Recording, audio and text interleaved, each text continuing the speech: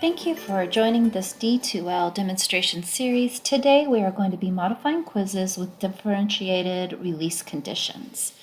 We will begin on our home page and go up to the navigation bar and over to Assessment. Click on Assessment and then go down to Quizzes and Exams. Okay. Now that we're under quizzes and exams, you are going to choose the quiz that you would like to modify. And now that we are in the editing quiz area, you are going to go to the tab that says Restrictions. Okay, under Restrictions, you're going to make sure you have the times set, your due date, your start date, your end date. And then scroll on down until we get to timing, and notice the timing that it's set for at 120 minutes. Then we are going to go to Special Access.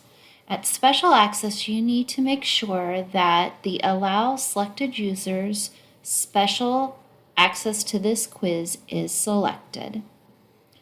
Then you will click on Add Users to Special Access. Now that we're under the special access area, we are going to adjust the dates first. We are going to give the students with who require differentiation to have an extra week. So you're going to click on the calendar and add an extra week to the due date and add an extra week to the end date.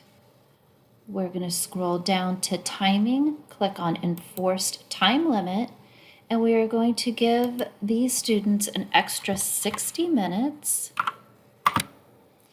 We're then going to click on assign an alternative grace period and change this to 10 minutes. Okay, scroll down a little further till we have the class roster. Once you are at the class roster, you're going to click on the students that will be receiving this adjusted time for their quiz. Once you've chosen the students, you'll click on Add Special Access.